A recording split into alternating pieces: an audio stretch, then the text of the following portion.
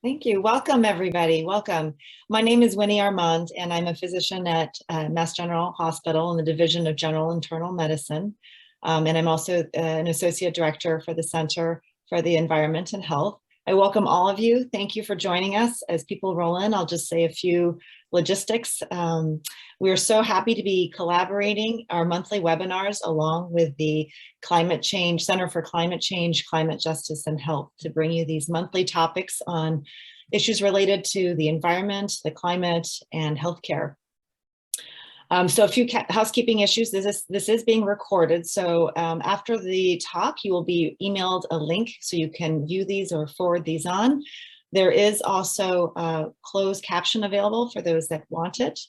And in addition, throughout the talk, feel free to put in your questions and we'll do our best to get to them at the end, or the panelists will towards the end of the talk. So the chat function will not be monitored as well. So if you have questions, do put it into the Q&A. At this point, I'm going to turn it over to my colleague, Barbara Bellinger, who is a nurse in the perioperative services and does a lot of great work related to reducing waste in the OR, and she will introduce our speaker today. Thank you. Thank you, Winnie.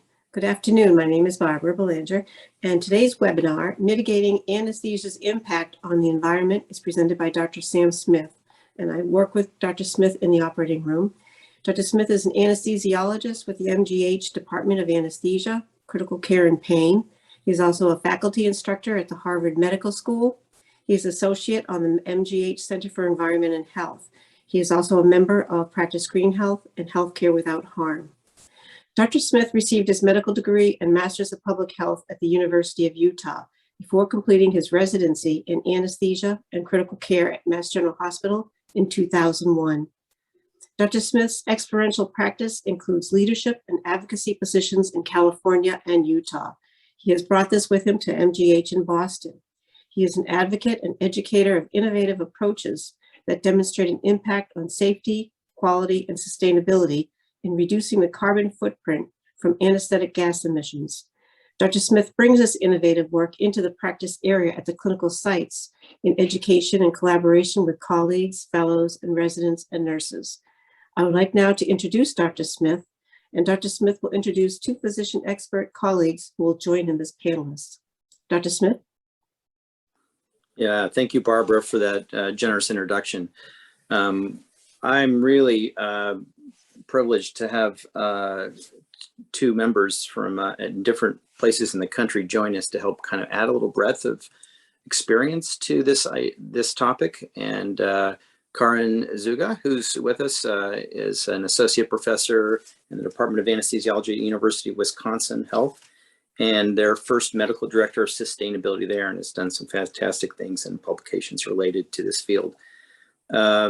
Also the case with Dr. Brian Cheesebro. He's the Oregon Regional Medical Director for Environmental Stewardship and is in the Department of Anesthesiology in the Providence Health System in Portland, Oregon, and oversees a large hospital system and doing some fantastic work there as well. So real privileged to have them join us.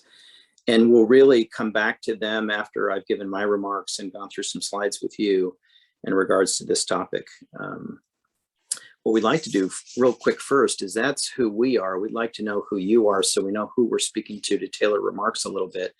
And I'm going to do a quick, just 30-second poll. If you can just click on what your role is, whether you're an anesthesia provider, other clinician, or research or medical trainee in the non-anesthesia area, or healthcare administration or other. That'll help us to know. So let's just give people a second to click on one of those.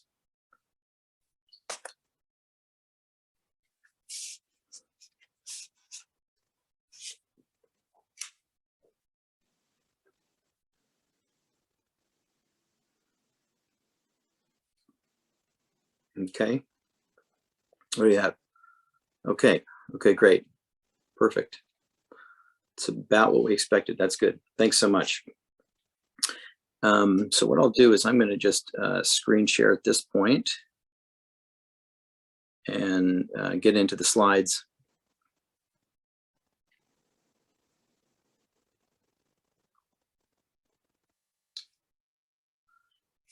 It's been said that we do not inherit the earth from our ancestors. We borrow it from our children.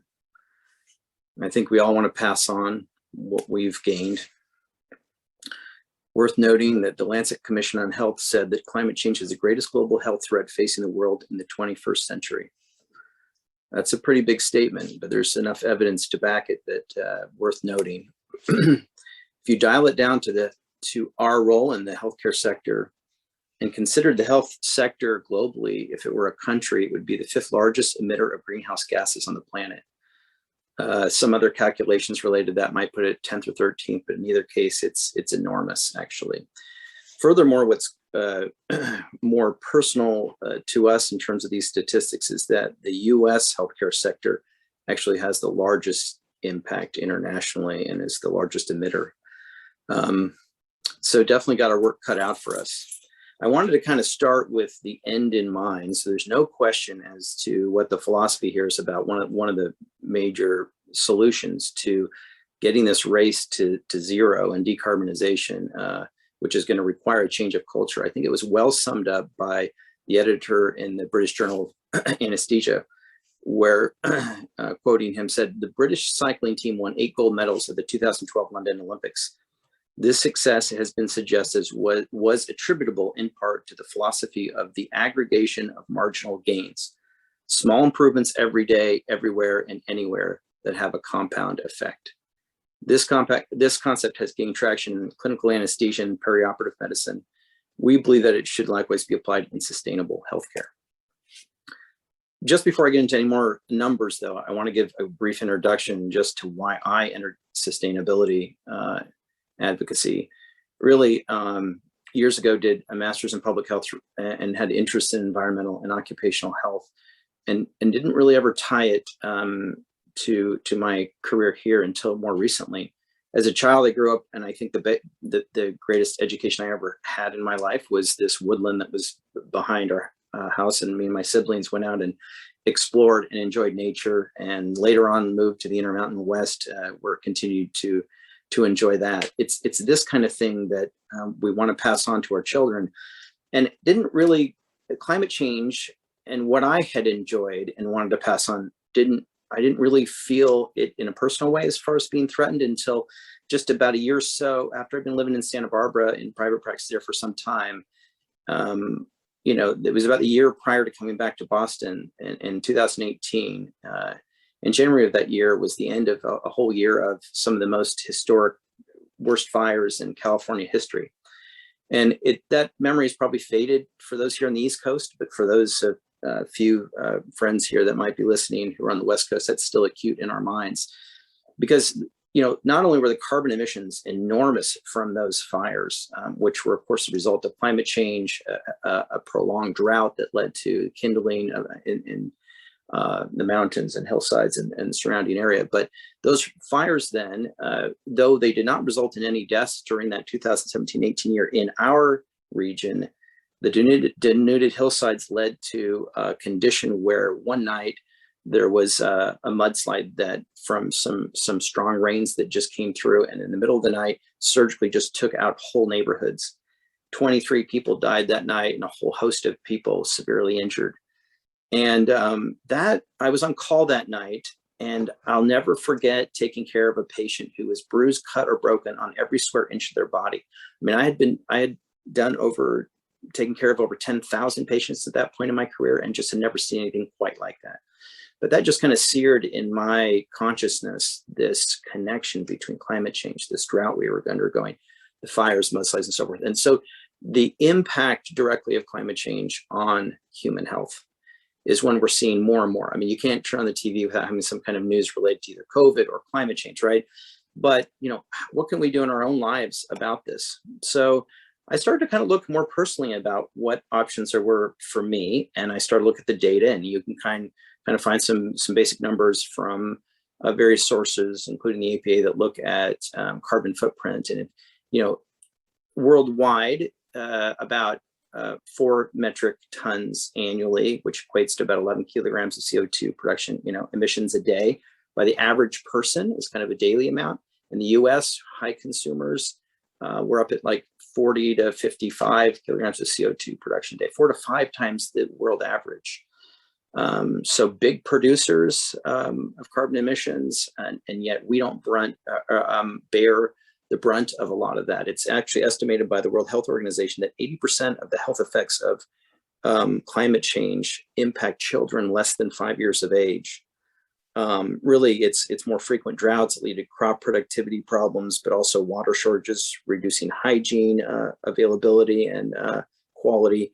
Flooding also overwhelms sanitation systems and so forth. And so there's just this ongoing need to kind of look at our personal lives and what we can do to reduce our impact, not just on our community, but what then affects the world.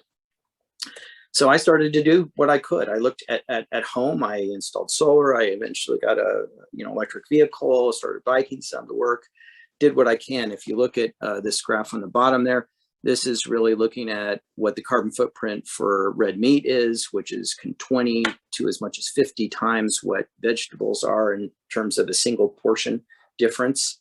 So you can rack up 5, 6, 7 kilograms in a single day in terms of meat consumption.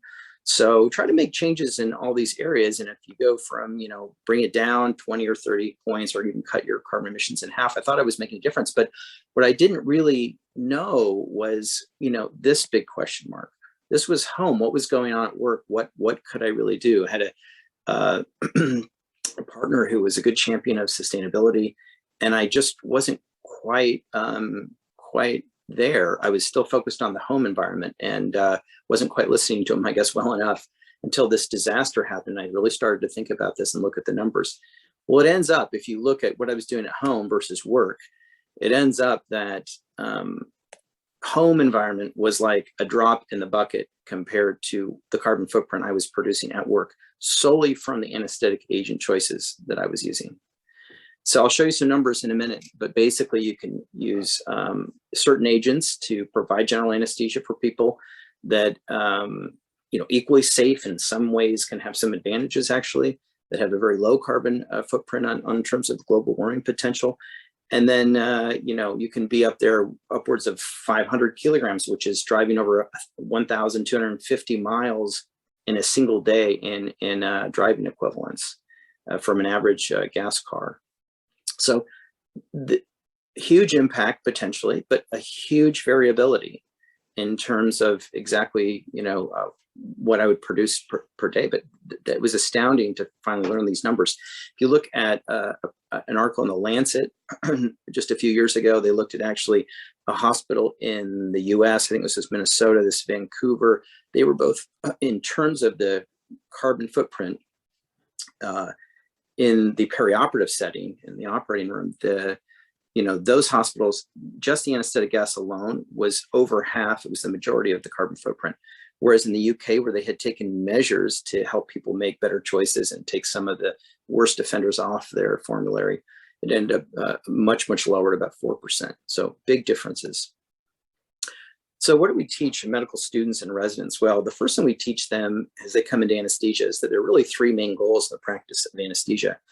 There's this putting them to sleep part, which is sedation, hypnosis, to unconsciousness. There's immobility. You've got to keep them from moving so that the surgeon or proceduralist can do their job, and then provide some kind of pain control. So really what we're looking for is maximizing the patient outcome, getting through the surgery and then having the best outcomes afterwards, making it safe for them, having optimized organ function, good pain control, minimize or eliminate any negative effects from the surgery, or even from any of the drugs that we give, to reduce and keep postoperative nausea at a minimum or eliminate it, as well as cognitive dysfunction after or emergence agitation. There's kind of a whole list of things we teach residents. But what we don't do well, in fact, we have really no formal structure currently to teach them about environmental sustainability, which can involve global warming potentials, landfill and wastewater effects, and resource conservation, all the downstream effects of what they're doing in trying to achieve number 1, but don't look at number 2, and certainly don't look at number 3. We're not really teaching about the economic sustainability and the stewardship that we need to there. Costs across the system, as well as work efficiency and burden to healthcare providers. What you find is that in all these cases, there's some cost to society. There are public health outcomes for these very same patients that come back to us, because of the enormous production of carbon footprint of healthcare itself, it's kind of a ironic but vicious cycle. So this needs to be formalized into medical education, I think, and just a word get out on a lot of this data. But before I get too much further than that, I'm just going to give an overview. So it's good to see on the poll how many are non-anesthesia providers. I'm just going to give you a little really quick overview of kind of anesthetics in practice. Just about a month ago, we came across the 175th anniversary of the first anesthetic done with ether at MGH here, which was a historic thing they call Ether Day. And that's now, it took almost 100 years from that to get down here to the ether derivatives, which were not highly flammable like ether and had better therapeutic indices. And really the three remaining gases today are isoflurane, desflurane, and Sibo Fluorine. So they really dominated for 100 and plus years. And then really in the early 90s, late 80s, early 90s, we had propofol gain traction, get approved in the US. So we had an IV agent that could produce sedation, but at enough of a dose could give us general anesthesia.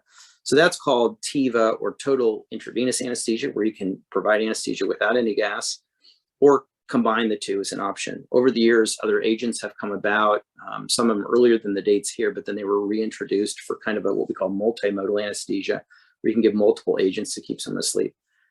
The question mark here is really like over this idea that we have had gas for a long time, and then more modern agents are almost all IV agents that have been developed, really no new gases. But over the last decade or two, we've looked, xenon has been really found to be an excellent anesthetic with no negative environmental impacts, but is because it's an inert gas, but it's actually very expensive to produce and has its own carbon footprint. So until we're able to overcome that, there really has been no new introduction of new gases. So just taking this to a practical level, how do we do anesthesia? So this is a highly simplified diagram. But the idea is that you have these vaporizers. You may turn the dial on the Sibo Fluorine to 2%, which would be the average dose to keep someone asleep. The fresh gas flow is what is comprised of oxygen, usually mixed with air, and then it comes down and then is brought into a circle system. Essentially, it's a tubing that then goes to the patient, and this patient intubated will then breathe out carbon dioxide plus some excess O2. We're always giving them more than they need to make it plenty safe, and anesthetic gas. So it ends up that one of the things that we teach the residents is that, the anesthetic gas that we deliver to the patient, very, very little of it's metabolized. Greater than 95% of that returns unaltered. So there's really, depending on the fresh gas flow, this may, if it's high, meaning you're delivering 2, 3, 4, 5 liters of oxygen and air together to carry this anesthetic gas to the patient. If you're running higher flows like that, it just tends to go out through the suction, out the top of the building, and it goes unprocessed and vented to the atmosphere. So there's a tremendous amount of waste there, kind of like keeping the faucet or 2 or 3 faucets open to be able to fill your cup. Much more than is needed, but that often happens in anesthesia. There are various reasons why I won't get into it historically as how that's developed, but really what can happen, and we're teaching more and more, is low fresh gas flow. And if you can reduce your fresh gas flows to 1 liter per minute, for instance, you'll be recycling well over 50% of the exhausted gas. It goes through a CO2 absorber that removes the carbon dioxide, so then you just have the excess oxygen and the anesthetic gas that is just recycled to the patient.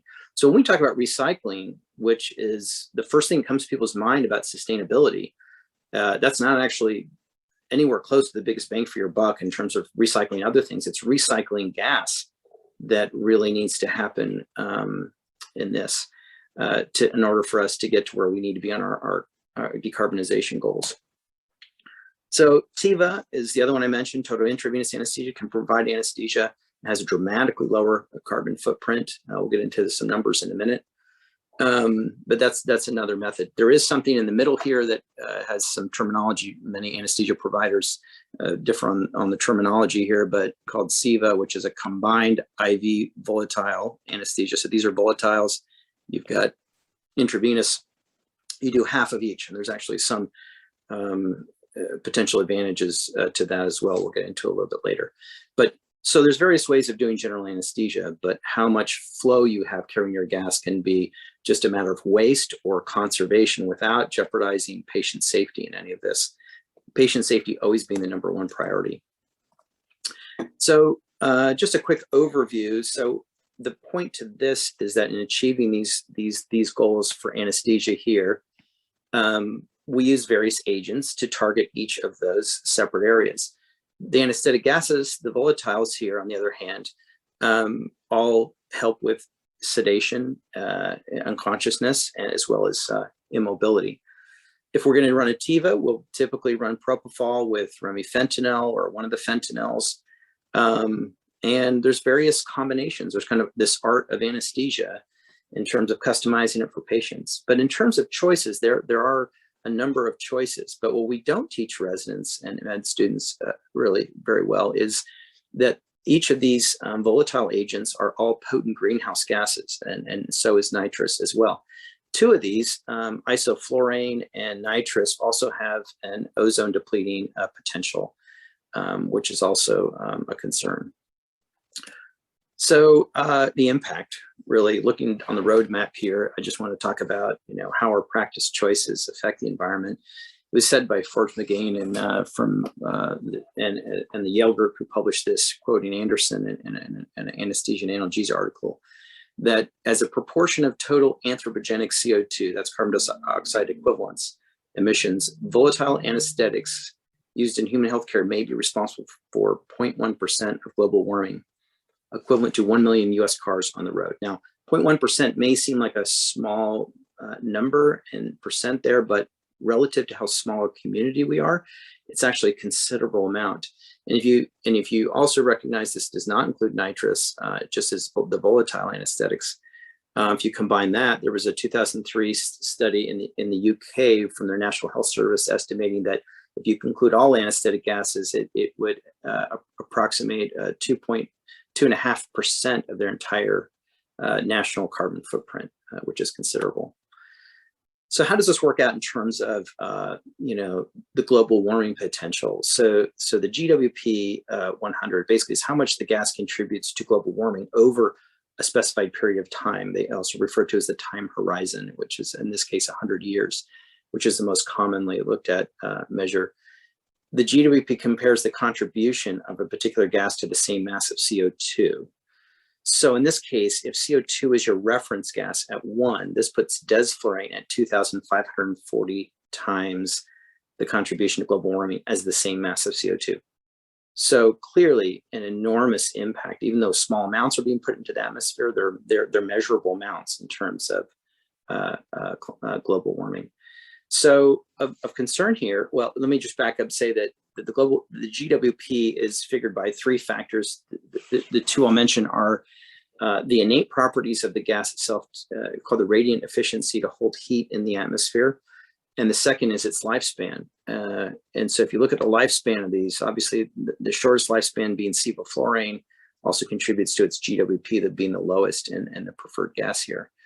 But one of the concerns is that, nitrous oxide is at 114 years, stays up there for a long time. So looking at how this plays out in practice, so this would be 4 common anesthetic regimens, so to speak. So each of these is a MAC dose, which in our terminology means the average dose needed to keep someone asleep upon beginning a procedure. 2% Sibo Fluorine, 2 to 2.2%. If you run it at 2-liter gas flow, you end up per hour generating about the equivalent of 2.5 kilograms of CO2. That equates to about 6 miles driven by car each hour, with a cost listed here by just using average numbers. Isoflurane, if you run 2-liter gas flows, you're going to end up doubling these figures, but typically people run this at 1 liter and end up with pretty similar impact. It's a little less expensive. Desflurane, if you run it at 1 liter, which many people do, just an enormous impact. This is like driving an average gas car that gets about 24 miles per gallon for an average US vehicle, at 150 miles every hour that you run that anesthetic. You could easily have a 6, 7, 8 hour day and rack up 700, 800, or maybe even 1,000 miles driven, as I mentioned a few slides ago. If you're a little haphazard and not bringing your flows down, because it is a requirement for all these to turn your flows up initially to prime the circuit and get it into the patient until it equilibrates, and then you can bring your flows down after just a few minutes. But if you leave it up, and which often happens, people just leave those flows up because there's no real harm to the patient in doing that, and provides plenty, but it's like leaving the faucet running as the sink is overflowing. This can easily, or they just don't understand the impact and just leave this on for 2 liters the whole time. Then you've got a really enormous impact going on in terms of the carbon footprint. Nitrous, you can't really get, it's not as potent as the volatiles, and so you can't really get to a full max dose, but you can, usually it's added to other anesthetics, but even in a fairly low fresh gas flow, it is also a very big impact, so of concern as well. So what does this play out? How does this play out for MGH? Well, just looking at the prior year's data, we don't use a lot of DES because that's kind of been set aside, and people have to request it so that we can keep it out of circulation as much as possible. So that's been a positive thing for keeping that worst offender down. But we do have a big nitrous problem, and are trying to work on getting a handle on that, equivalent to about 9 million miles driven by car in that 1 year. So looking at greener regimens, what can you do? Well, we looked at the 4 on the left. So again, if you cut just Sibo Fluorine to 1 liter per minute, and by the way, this is providing on a typical regimen at 1 liter is providing plenty of oxygen in excess by 2 or 3 times even what a patient may require. So we're giving plenty there for safety still at this gas flow, but the impact is cut in half, as well as the cost. So there's a win-win situation here as well. Propofol on a Tiva, so a total intravenous anesthetic, cost goes up a little, but the impact is really small in comparison. Tiva often is added with remifentanil because propofol is a great medication to keep people asleep, but it's not great at keeping them from moving. So often remifentanil is added to help with that, and just generally to add to the anesthetic, but it does substantially increase the cost. So as a result, we see that there's kind of a growing popularity for those that are trying to meet sustainability goals and having a low fresh gas flow. And I often find this very useful in teaching with residents, is that you can reduce your Sibo concentration by half and put it on a low flow and have a very minimal impact. And you've got the other half of the anesthetic going with propofol. So it's kind of adding half of each. But then also it's kind of a sweet spot because also the cost of that is considerably lower than the usual full Tiva. So those are some greener regimens. It's worth mentioning the impact of gas versus Tiva in this really good article I've mentioned before by Forrest McGain and from the Yale group and Jody Sherman, quoting that says, when accounting for the entire life cycle, natural resources, extraction, manufacturing, transportation, etc., the GWPs of inhaled anesthetics are 4 orders of magnitude greater than an equivalent quantity of propofol, even when accounting for the plastic syringes and tubing and pump electricity. So from climate change perspective, Tiva is preferable to inhaled anesthetics. So just a few months ago, publishing one of our main journals was a bit of a rebuttal to that from a group out of Vermont, saying that although the application of Tiva is a potential solution for these emissions, the proposal to abandon inhalational techniques ignores the trade-off between global climate change and the disruption of both local and regional water systems, referring to moving people to propofol and that getting into the wastewater. And if you have a lot of that, and knowing that propofol has is higher on the PBT index, that's the persistence, bioaccumulation, and toxicity in terms of aquatic life and persistence in the environment. So there's concerns there for sure. But when balancing these two, I'd say today, having to go in to do an anesthetic, I'd say, here we have some pretty strong evidence, very strong evidence to suggest that, global warming potential really matters here. Here we have, some evidence and a lot of question mark. We need to do further research about what the impact is. So if I had to hang my hat on it, I'm still pushing practice and residents toward moving reducing gas use for the most part, either through a combination or Tiva. I always get this question when we talk about all this. It's what about plastics? Because recycling plastics is always on the minds of individuals. And somebody told me recently about an article, and then another reference here that says that 5 grams is the equivalent of 1 credit card of plastic, which is what a person consumes in a single week, each week, by ingesting or inhaling microplastics. So it's like 2,000 small particles or something every week. That adds up. This article in Science says, we're concerned, but we don't really know what the health effects are. But it is concerning, of course, that the health sector is the 2nd largest producer of landfill waste in the United States, equating to an Empire State Building in volume in the landfill each week. So definitely work to be done there, both research and managing that better. In the OR, I just started going through a case the other day and then threw up these pictures of all this stuff that is single-use kind of disposable. This is about the only one that's not single-use or absorbable, but it's still a fair bit of plastic. But the rest is kind of a single-use disposable. All the green circles here indicate where we have single-use items that get thrown out, but there are alternatives that are reusable. And the pandemic really pushed a lot of this towards single-use disposable, unfortunately. And part of what we need to do is reevaluate some of that. This is just a photo I took in the OR of just the packaging that actually these items arrive in, just for a single case, and that's only about half of it.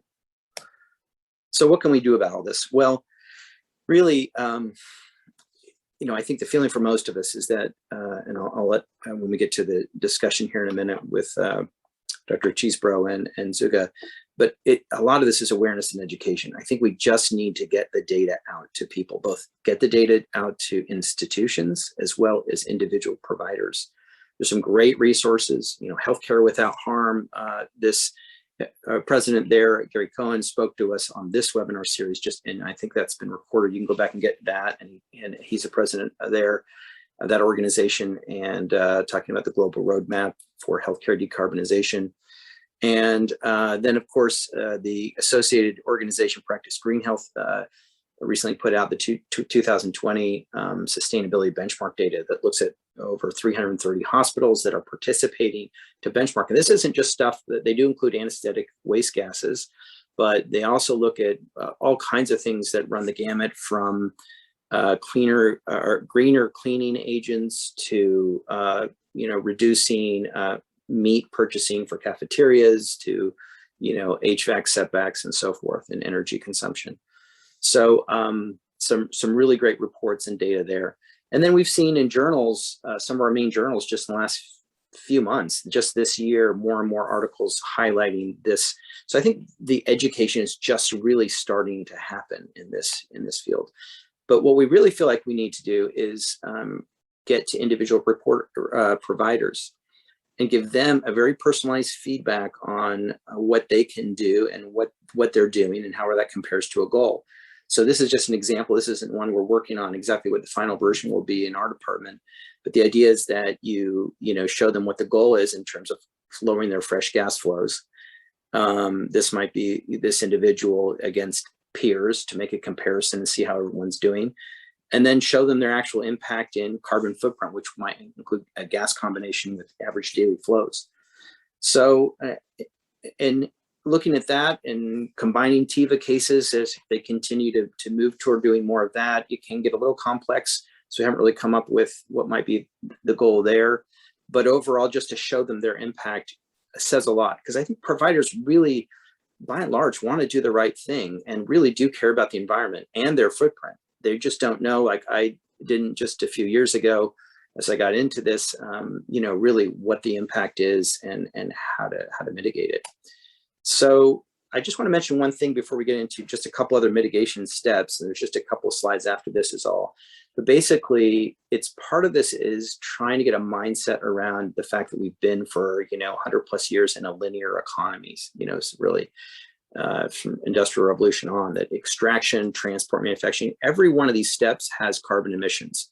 So, we go through this process and until it makes it through incineration to the atmosphere or by degradation or into landfill. And a life cycle assessment, so it's really an international standardized methodology through the ISO 14000 to look at cradle to grave analysis on carbon footprints of products. So we can kind of begin to compare what is the carbon emissions and basically resources that have been used around each different product and look at them, because there's just vast differences, but also help push us into thinking and about how we can approach what we call the 3 R's better.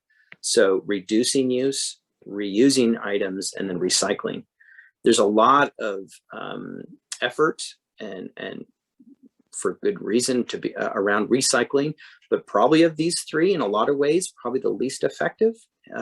Really just reducing use because makes the most sense, right? Because in each stage, even in these stages in recycling, you have additional carbon emissions, transporting, reprocessing, so forth. Whereas if we can just reduce use, this might be in the operating room, just opening less stuff that gets wasted. Might be creating, and really, I think the key here is rethinking, redesigning, and researching how we can come up with better products that we can reuse or that are more amenable to recycling, or simply can reduce use. And so that's, I think, where we need to go, is toward this idea of a circular economy, just in our mindset in general.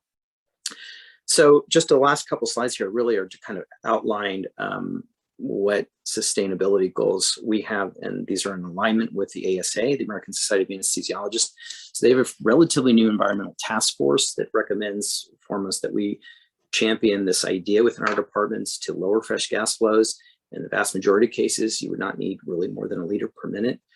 The first thing that happens to providers is there's this alarm goes off in their head about, well, the FDA has a thing on the Sibo Fluorine that says you really shouldn't go below 2 liters after the first hour or two. You really need to keep the flows up. And there's kind of a complex history there that I'm not going to get into, but it's summarized well here in this same reference, that concern about theoretical compound A-induced nephrotoxicity, which is what happened from some studies in rats, but never been demonstrated in humans. It says nephrotoxicity in humans from low-flow Sibo Fluorine has driven vast amounts of waste globally, despite safety evidence 20 years ago and newer non-compound A-producing CO2 absorbers. So unfortunately, this FDA recommendation that you run higher flows with Sibo Fluorine really hasn't been that. Of course, the FDA does not regulate anything outside this country, so other countries have not been following that. We haven't seen any renal injury in any patients, and millions of anesthetics have been done. And yet that hasn't really been updated. So there's a big education piece there. I think if you're an anesthesia provider and you want to get into the weeds a little bit more about this, one of our former residents, David Howe, runs this fantastic podcast called Depth of Anesthesia, where he interviews a couple of our Australian colleagues who have done research on this and can summarize the literature very well on how low flow with Sibo Fluorine is safe. But that's kind of more on the side of really getting into the technical aspects. So, but going back more generally, the ASA really says, and we agree with this, just do what you can to avoid the 2 high impact gases, desflurane and nitrous. Desflurane, we've really, for the most part, removed from access and maybe entirely removed from formulary. We're having that discussion. Nitrous is a little more difficult. There are cases like the pediatric dental clinics where it's very useful. And so what can we do there? Well, I'm going to jump to 4. I'll come back to 3 here, but in 4, we can consider investing in waste anesthetic gas capture. So these are new devices that can actually capture the gas before it leaves the room or even the top of the building and gets vented to the atmosphere. They can be collected, and actually there's about 40 hospitals in Canada now that are looking at collecting these and then capturing the gas, and then can actually sterilize, repackage for reuse some of this anesthetic. That's not approved here by the FDA in the US, but there are 2 hospitals, I think one Stanford, one, and then there's another, this is the VA in Chicago, that's we're just trying to get in touch with to try to coordinate with what their experience is in implementing this technology. So I think innovation in this area is going to be huge for us. and worth looking at. We don't know, but the jury's still out on some of that in terms of some validation we would need to do on our own. In terms of number 3 here, just doing Tiva and regional more, as we've already mentioned, that's just a strategy that's saying reduce or get away from gas use entirely to help the problem. So the 5 R's are really reduce, reuse, and recycle, as I've mentioned. Challenges to implement. I think I'll leave a lot of that for some of the discussion here with our panel members and any questions that we have, since we're getting far enough along on time. And just mention again that I think it's really about redesigning and thinking about innovation around these. There's NewGen is a company that looks at biodegradable plastic kind of rigid surgical equipment, so bowls and staplers and things, and so some great innovation going on there. Last slide is simply on looking to healthcare's triple aim. We've always got to look at costs. Again, part of this economic sustainability that's going to support all of this. And this is from Practice Green Health. And if you go through their whole publication on this and greening the OR, they mentioned that you can save through various routes. We've already talked about anesthetic gas, right? As you reduce that and reduce your impact on the environment, you're also reducing costs and consumption. You know, LED lighting, things like this, HVAC setback, we've talked about, or kit reformulation. That's simply putting less items out that are just simply going to get wasted and thrown away. Millions of dollars annually just go into the landfill of unused stuff because of we need to clean up that organizational setup in the OR for what surgeons use and even anesthesia. But in terms of you know, adding all this together, you might get as much as you know, in this calculation, 20,000 per operating room savings annually, which can add up to quite a bit. So just wanted to use the remainder of the time to open the floor here to Dr. Zuga and Dr. Cheesebro to add any thoughts that they may have, and then break right into, you know, in this area, and then break right into questions that we can try to answer as a team. Thank you.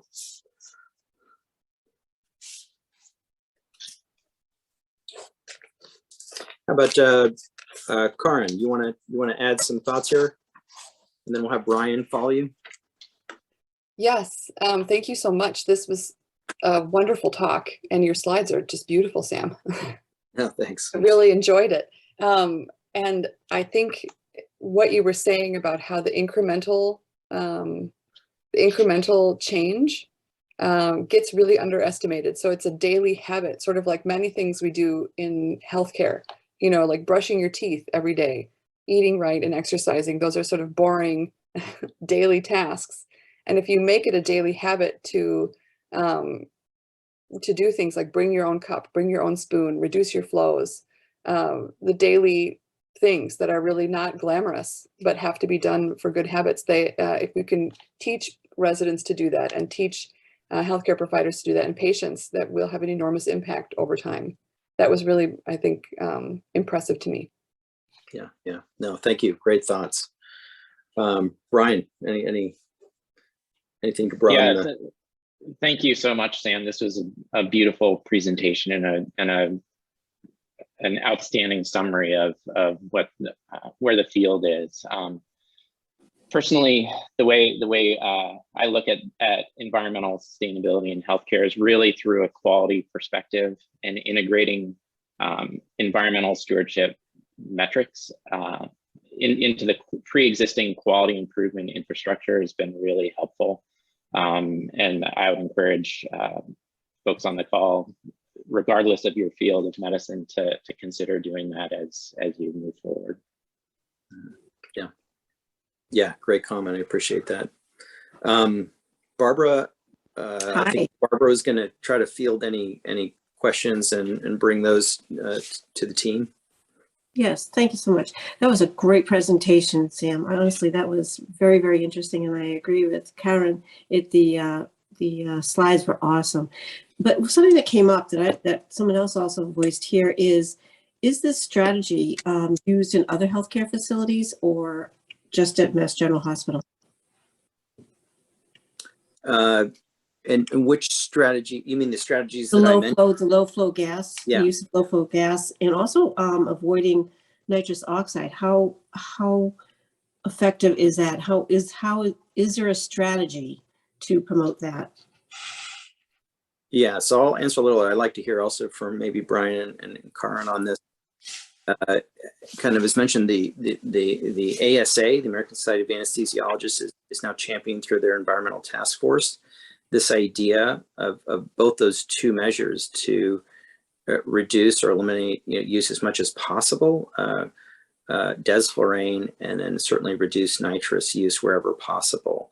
And then low fresh gas flows, and just encourage people to look at their own system and what their equipment is and be able to make sure they've got absorbers that they're happy with, but the newer, more modern ones just don't have this concern over this compound day that I mentioned. And so they can safely feel good about running low flows. And as soon as they're able to kind of approve that, that is kind of a national measure. So yes, we're trying to follow with kind of what's been set out in achieving low fresh gas flows and reducing use of the most caustic agents to the environment. Any additional comments there, Karin and Brian? I think that it is becoming more widespread and better understood that we can provide safe, effective anesthesia with lower fresh gas flows, and that and hospitals are paying close attention to this as well. Somebody mentioned in the comments about the cost. Yes, it is an environmental cost, but it's also something that really affects the hospital's bottom line. So it's a synergistic. It's a win-win. If you're able to reduce the waste, you have a really great financial benefit as well. And I think that everybody's very interested in this, and it's definitely growing and done in locations around the country. But it is still early in our. We're behind Europe with our flows, and with a lot of our environmental practices. So we have a lot to do, but it is definitely gaining traction. Yeah, perfect. Thank you, Brian. And I just want to emphasize that, the two levers that we have to pull as clinicians in the OR to reduce our anesthesia related emissions burden are agent selection, avoiding the DES and the nitrous, as well as reducing your fresh gas flow or improving your efficiency. And of the two, and Sam mentioned this before, of the two, by far the more impactful lever to pull is what agent you select. Avoiding desflurane, avoiding nitrous is far more effective in reducing the overall burden than reducing your flow. So if you're in an institution where desflurane is commonly used, that's what I would attack first, as opposed to trying to get people to reduce flows. One of the Q&A questions here is, does providing a carbon footprint, an individualized carbon footprint, help anesthesiologists in their practice change management? And I would say absolutely.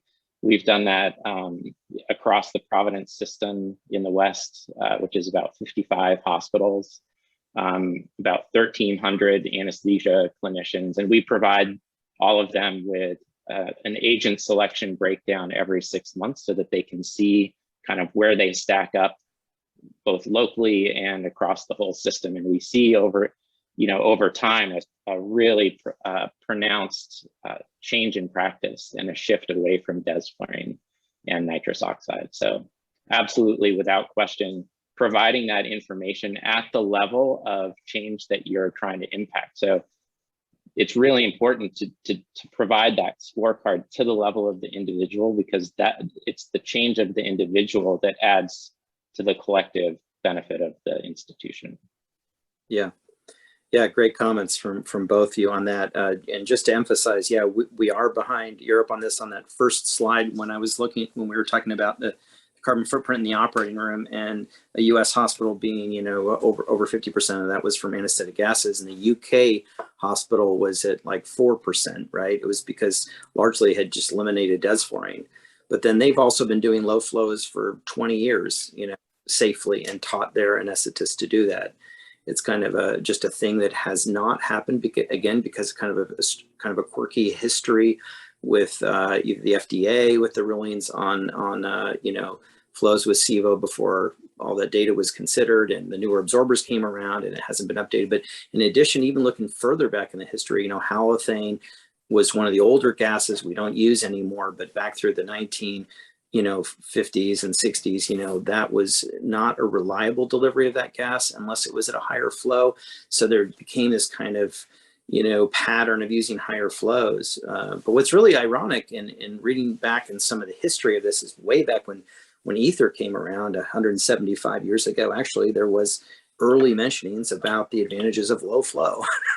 And so we're coming full circle on some of that, interestingly enough, but really some innovation around capturing some of this stuff. I think it's gonna be harder to get away from nitrous than DES. You just can't see much clinical indication for using it over another, other than it was invented as one of the three modern gases that still has survived.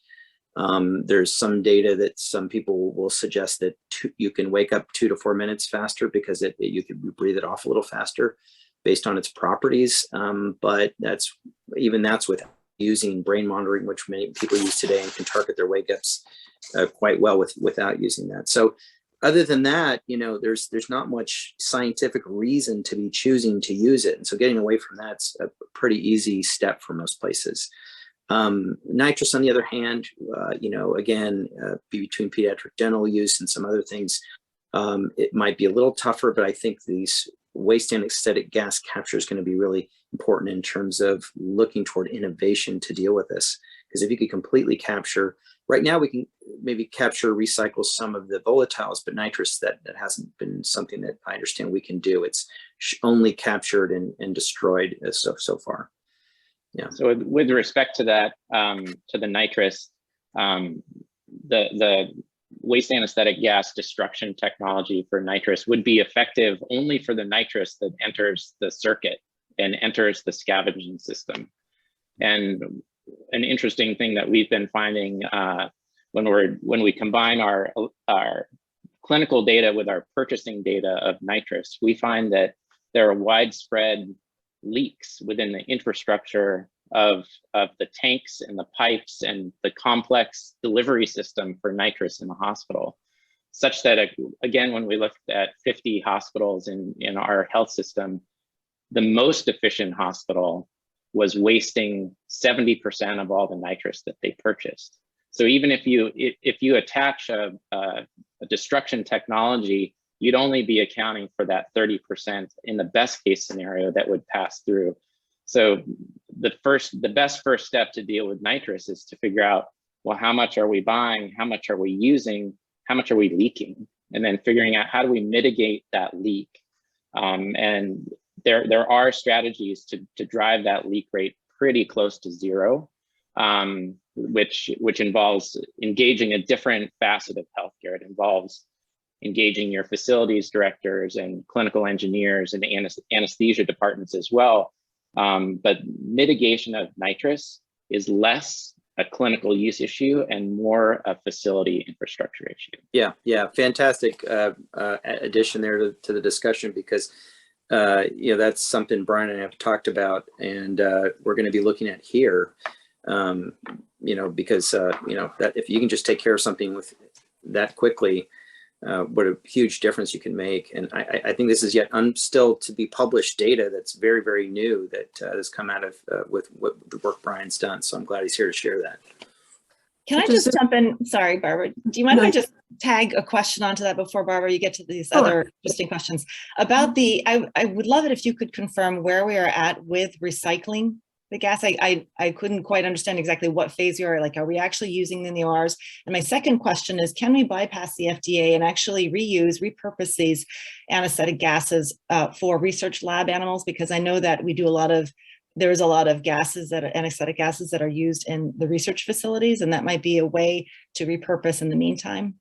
Yeah, that's a great thought. Actually, answering the second one first, and maybe Karen and Brian can add to that as well. But answering the first one in terms of recycling, primarily from that slide, what I was bringing up in terms of recycling is that simply reducing your fresh gas flow allows, in the current modern setup of the anesthesia circuit, for more gas to be just recycled, meaning the exhaust, what the patient's breathing out, which is 95% unaltered, say Sibo Fluorine, it goes out and then can just, under low flows, it just naturally then less of it's pushing out through the system and out, vented out the top of the building. It just naturally recycles, and you keep it in the system for the patient to kind of rebreathe. And that was kind of the recycling that I was mentioning. The recycling in terms of technology to capture and then recycle, it's kind of a separate idea, but as we've been mentioning, and I think it's a great idea to look at it for animals. Brian or Karen, any additions to answering that? Yeah, I think that's probably where it's going to happen first. The reuse of sequestered waste anesthetic gas. I mean, invariably, I feel like the first application will be veterinary medicine. Getting over the hurdle for the FDA to clear that hurdle of, approving a medication that is passed through my body, and then to say, oh yeah, that's good to give to the next patient down the line. That is such a paradigm shift in terms of medication delivery. It's going to be really, I see that as being a pretty heavy lift for the FDA to approve, but absolutely shifting to veterinary medicine. I think that's where it's going to go. Yeah, good point. Dr. Zuga, did you have anything to add? I was just typing a response to nitrous oxide, speeding the emergence from anesthesia comment, and I was trying to figure out because I clicked first to answer live and then I couldn't figure out how to do that. I wanted to say that one argument that people say is in favor of using nitrous oxide is its speed of emergence. And that is true, it is quite fast, but and then people say that it will overall reduce your turnover time in the operating room, and time is money. Every minute in the operating room, depending on the complexity of the case, can cost anywhere from $60 to $100 in round numbers. It's around that range. But turnover times are very complex. They involve getting the patient into the out of the operating room. So having adequate staff, having cleaning staff, having setup teams, having surgical teams ready to go, having the surgeon seeing the patient. It's much more complex than any one drug can benefit turnover times. And with its 114-year lifetime, it doesn't seem to be really worth it. There are other things that can be done to speed emergence or to improve emergence time that would not need nitrous oxide as a benefit. Yeah, great comment. Barbara, Yeah. I wonder if we could have one more question as we come up to 1 o'clock. Yes, I'd like. Dr. Smith, please respond. Yes, No, go ahead. We can jump into one more question. Yeah, there's one question that I'd like to show up because CMS and other insurers have really governed an awful lot of how we practice.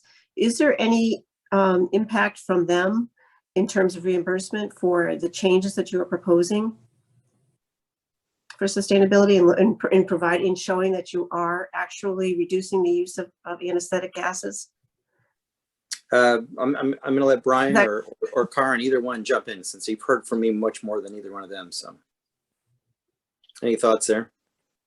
I'm trying to type an answer in the Q&A. So Brian, if you want to take this one. Sure. So I think CMS and regulatory bodies are really trying to understand sustainable healthcare to begin with. I don't think that they're to the point yet in their evolution of understanding to be at the point where they're going to regulate anything.